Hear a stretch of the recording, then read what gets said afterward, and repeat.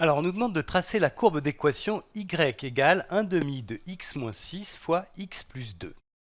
Alors, mets la vidéo sur pause, prends une feuille de papier, bon, une feuille de papier quadrillée ou millimétrée si tu peux, sinon même une feuille de papier simple, et puis essaye de tracer cette courbe. Alors, on va le faire ensemble. Bon, évidemment, pour tracer une courbe, en général, il y a plusieurs façons de faire. Ici, dans le cas présent, il y en a un certain nombre. Évidemment, la plus basique de toutes, c'est de faire un tableau de valeurs, c'est-à-dire de choisir quelques valeurs de x et de calculer à chaque fois les valeurs de y correspondantes, de placer les points. Voilà, et ça te donnera la courbe d'équation y égale 1 demi de x moins 6 fois x plus 2. Ici, on va essayer de faire autrement parce qu'on va essayer de faire le moins de travail possible et de tracer cette courbe-là le plus facilement sans trop se fatiguer. Alors ici, la première chose, c'est d'étudier un petit peu le type d'équation qu'on a ici. Alors là, j'ai un produit de deux monômes, x moins 6 fois x plus 2, que je multiplie encore par une constante 1 demi.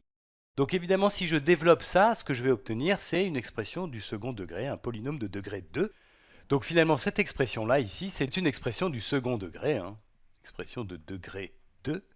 Ce qui veut dire que finalement, cette courbe représentée par une équation de degré 2, eh bien, c'est une parabole. Cette courbe-là, c'est une parabole. Alors, ici, on a en plus une forme factorisée, 1 demi de x moins 6 facteur de x plus 2, ce qui veut dire que par cette expression-là, on trouve tout de suite les racines du polynôme, les zéros de mon polynôme, c'est-à-dire en fait les valeurs de x qui vont annuler la variable y, qui vont correspondre à une ordonnée nulle.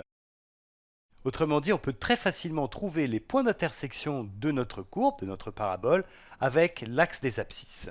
Alors je te rappelle, on l'a vu dans d'autres vidéos, quand on a une parabole, elle peut avoir soit aucun point d'intersection avec l'axe des abscisses, soit un seul, soit deux points d'intersection avec l'axe des abscisses. Alors ici, on va essayer de les déterminer, puis après tu verras que en déterminant ces deux points d'intersection de la courbe avec l'axe des abscisses, on pourra en déduire les coordonnées du sommet et donc avoir pratiquement une idée très très précise de l'allure de la courbe. On va commencer par essayer de trouver ces points d'intersection. Alors pour ça, il faut trouver les valeurs de x qui nous donnent une ordonnée y nulle.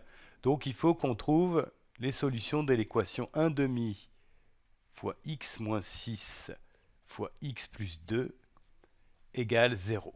Voilà. Les solutions de cette équation-là vont être les abscisses des points d'intersection de la courbe avec l'axe des abscisses. Alors ce qu'on peut dire tout de suite, c'est que comme 1 demi est non nul, ça sera vrai si et seulement si x moins 6 fois x plus 2 est égal à 0. Et là, il faut se rappeler de quelque chose qui est très important, donc il faut absolument bien comprendre, c'est que quand on a un produit de deux termes, eh bien ce produit ne peut être nul qu'à la condition qu'un des deux facteurs soit nul. Donc ici, pour que ce produit-là, x moins 6 fois x plus 2 soit égal à 0, il faut que x moins 6 soit égal à 0, ça c'est annuler ce facteur-là, ou bien que x plus 2 soit égal à 0. Si une de ces deux conditions est vérifiée, eh bien le produit de la ligne du dessus sera nul, et donc la courbe coupera l'axe des abscisses en ce point-là. Alors ici, x moins 6 égale à 0, ça c'est vrai si et seulement si x est égal à 6. Et puis une autre possibilité, c'est que x plus 2 soit égal à 0, c'est-à-dire que x soit égal à moins 2. Voilà, ça ce sont donc les deux valeurs de x qui nous donnent une ordonnée nulle. Tu peux d'ailleurs le vérifier tout de suite dans l'équation de cette courbe-là, simplement en remplaçant. Si tu remplaces x par 6, ce facteur-là va devenir égal à 0. Donc on aura ici 1 demi fois 0 fois quelque chose d'autre, c'est-à-dire 0, une ordonnée qui sera égale à 0. Si maintenant tu remplaces x par moins 2, eh bien c'est ce facteur-là qui va s'annuler. Ici, on aura moins 2 plus 2 qui est égal à 0. Et donc, l'ordonnée sera aussi égale à 0. Voilà. Donc maintenant, ce qu'on sait, c'est que notre parabole va couper l'axe des abscisses en ces deux valeurs-là. Donc d'abord au point d'abscisse moins 2 qui est ici, et ordonnée 0. Donc elle va passer déjà par ce point-là. Ici, c'est moins 2. Et puis elle va couper l'axe des abscisses aussi au point d'abscisse x égale 6. 1, 2, 3, 4, 5, 6. Ici, on a le point d'abscisse x égale 6. Donc ce dont on peut être sûr, c'est que la courbe va passer par ces deux points-là.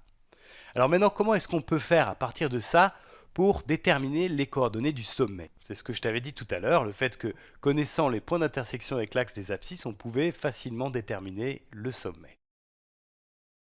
Alors pour ça, la clé, c'est de se souvenir qu'en fait, l'axe de symétrie de notre parabole, toutes les paraboles ont un axe de symétrie, et cet axe de symétrie, eh bien, il passe exactement au milieu des deux points d'intersection avec l'axe des abscisses. C'est-à-dire qu'en fait, ici, j'ai le segment qui rejoint mes deux points d'intersection. Et l'axe de symétrie de ma parabole, eh bien, c'est la médiatrice de ce segment. Donc ici, il faut qu'on arrive à déterminer le milieu de ce segment-là, c'est-à-dire en fait la moyenne de 6 et moins 2. Alors 6 moins 2, ça fait 4, divisé par 2, ça fait 2. Donc le milieu de ce segment, c'est le point d'abscisse 2 qui est ici. Ce qui veut dire que finalement, l'axe de symétrie de ma courbe, c'est cette droite-là d'équation x égale 2. C'est une droite verticale qui passe par le milieu de ce segment-là. Donc c'est la courbe d'équation x égale 2. Alors ce qu'on sait aussi, c'est que le sommet de ma parabole, il est sur l'axe de symétrie, il est situé sur l'axe de symétrie, donc c'est un point qui a pour abscisse 2. Alors pour trouver son ordonnée, on va tout simplement calculer l'image de 2, l'image de la valeur x égale 2. Alors je vais le faire ici. On va calculer le sommet maintenant. On sait que c'est un point d'abscisse 2. Et puis on va calculer son ordonnée en calculant l'image de cette valeur x égale 2. À partir de l'équation de la courbe, donc y, ça va être 1 demi de... Je remplace x par 2, donc 2 moins 6, facteur de 2 plus 2. Alors ici j'ai 1 demi, de 2 moins 6, ça fait moins 4. 1 demi fois moins 4 fois 2 plus 2, c'est-à-dire fois 4. Alors, moins 4 fois moins 4, ça fait moins 16, et moins 16 divisé par 2, ça fait moins 8. Donc finalement, le sommet, c'est le point S de coordonnées 2, moins 8. 2, moins 8. Alors 2, c'est ici, bien sûr, sur l'axe de symétrie. Et puis j'ai moins 2, moins 4, moins 6, moins 8. Il est ici. Ça, c'est le point S. Sommet de ma parabole. Et ici, clairement, on voit que le sommet, ça va être un minimum. Donc la parabole, elle est nécessairement orientée vers le haut. Voilà, là, on a placé les principales caractéristiques de ma parabole qui permettent de tracer effectivement cette courbe assez précisément, en tout cas de donner vraiment très très bien l'allure générale de la courbe. Alors je vais essayer de la tracer ici à la main, donc c'est un peu délicat. Elle passe par le point de coordonnées moins 2, 0 qui est là. Elle descend vers le sommet.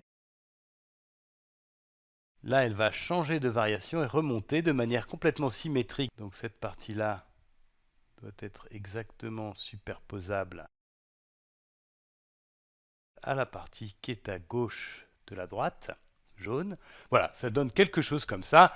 Alors le tracé n'est pas tout à fait précis, mais le travail qu'on a fait est précis dans le sens qu'on a précisément indiqué l'axe de symétrie, les points d'intersection avec les axes et les coordonnées du sommet, donc toutes les caractéristiques principales de la parabole.